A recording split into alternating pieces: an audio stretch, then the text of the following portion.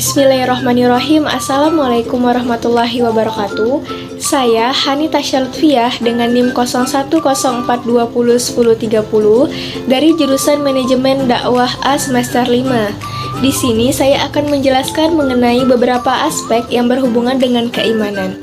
Video ini dibuat untuk memenuhi tugas ujian akhir semester pada mata kuliah hadis tematik yang dibimbing oleh Bapak dosen Haji Muhammad Iqbal Abdul Muin LC.MA.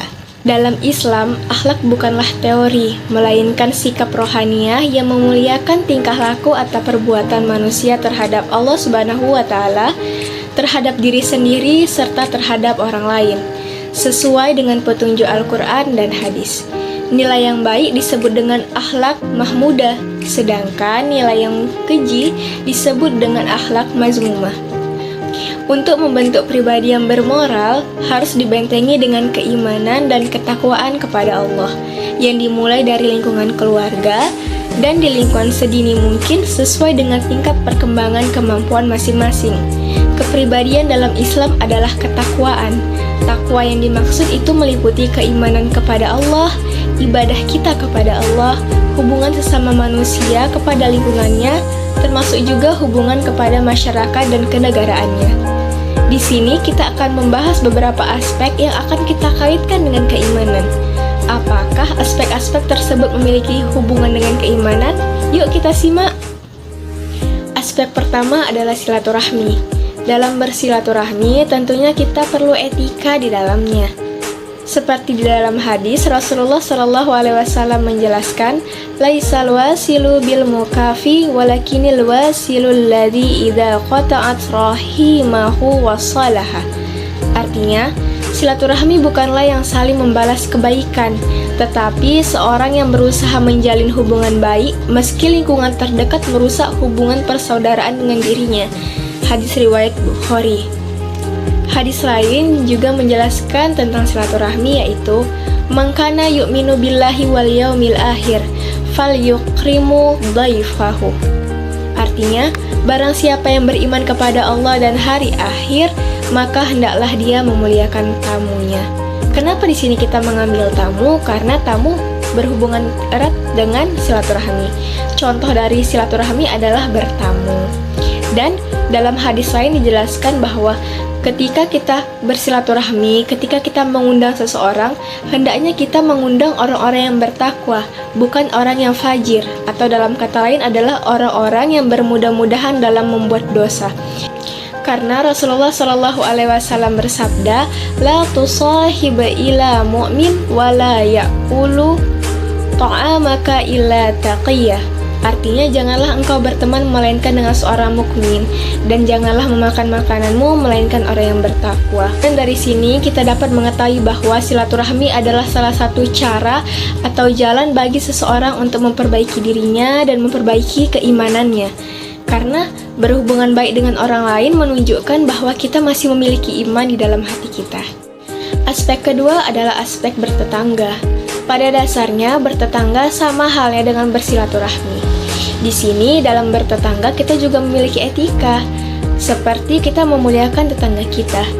Dasar dan anjuran untuk memuliakan tetangga dalam Islam telah disampaikan oleh Rasulullah dalam kitab Arba'in Nawawi, yang berbunyi, "An Abi Hurairah radhiyallahu anhu anna Rasulullah sallallahu alaihi wasallam qala, man kana yu'minu billahi wal yaumil akhir falyaqul khairan aw liyasmut, wa man kana yu'minu billahi wal yaumil akhir falyukrim jarahu, wa man kana yu'minu billahi wal yaumil akhir falyukrim dhaifahu." Artinya, dari Abu Hurairah radhiyallahu anhu, Rasulullah shallallahu alaihi wasallam bersabda, "Siapa saja yang beriman kepada Allah dan hari akhir, hendaklah ia berkata baik atau diam.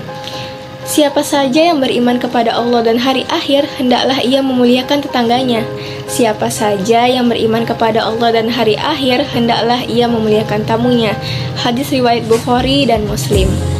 Dan salah satu hadis juga yang terkait dengan larangan untuk tidak mengganggu tetangga, yang termasuk juga dalam etika bertetangga, adalah Hadis yang berbunyi dari Abu Hurairah, ia berkata, ada seseorang bertanya kepada Rasulullah, "Wahai Rasulullah, si fulana sering melaksanakan sholat di tengah malam dan berpuasa sunnah di siang hari. Dia juga berbuat baik dan bersedekah, tetapi lidahnya sering mengganggu tetangganya." Rasulullah Shallallahu Alaihi Wasallam menjawab, tidak ada kebaikan di dalam dirinya dan dia adalah penduduk neraka. Para sahabat lalu berkata, terdapat wanita lain. Dia hanya melakukan sholat fardu dan bersedekah dengan gandum, namun ia tidak mengganggu tetangganya. Kemudian beliau bersabda, dia adalah dari penduduk surga. Hadis riwayat Bukhari. Dari sini kita bisa melihat ukhuwah itu paling kecil dimulai dari keluarga, kemudian ke tetangga. Jika unsur ini retak, maka persaudaraan sesama manusia lain mudah dipatahkan. Unsur tetangga menjadi peran sentral dalam menjaga keharmonisan masyarakat. Makanya, jika kita meretakkan unsur ini, berarti kita ikut andil meruntuhkan persaudaraan. Padahal, kerusuhan masyarakat tidak diinginkan oleh Islam.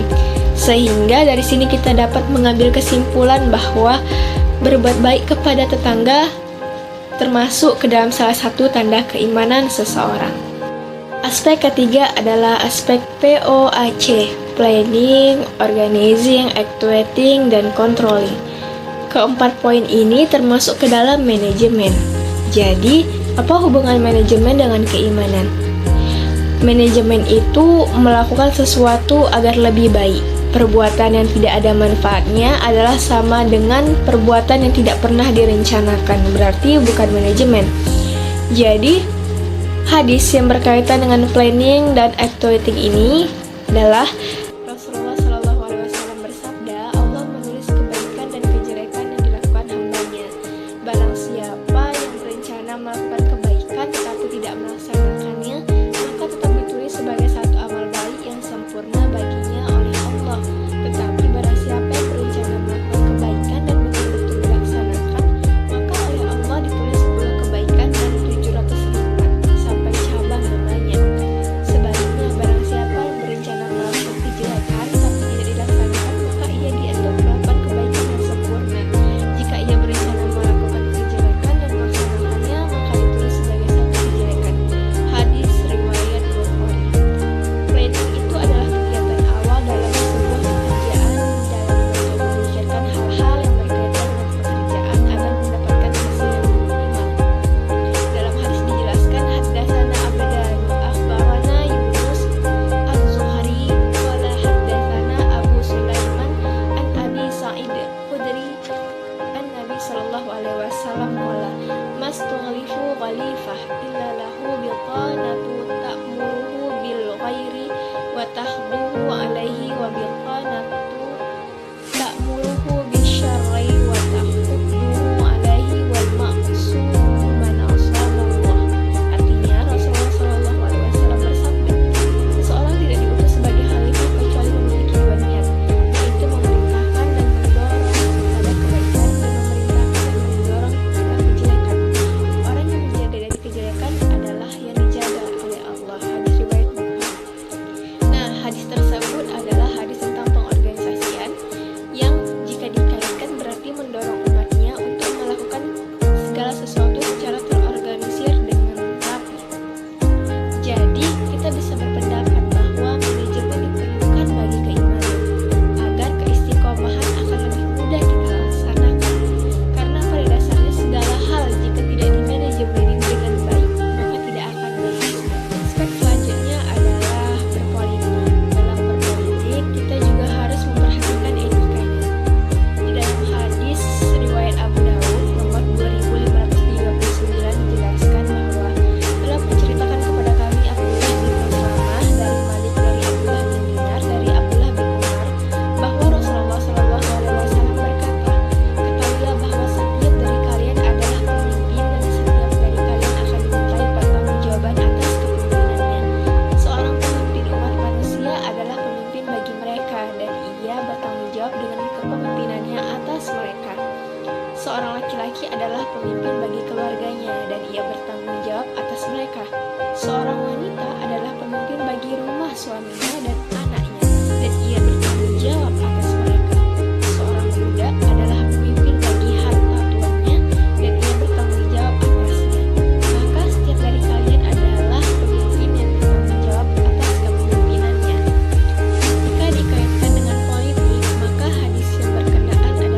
telah menceritakan kepada kami Muhammad bin As-Sabbah Al-Bazaz, telah menceritakan kepada kami Husyaim, telah mengabarkan kepada kami Yunus dan Mansur dari Al-Hasan dari Abdurrahman bin Samurah.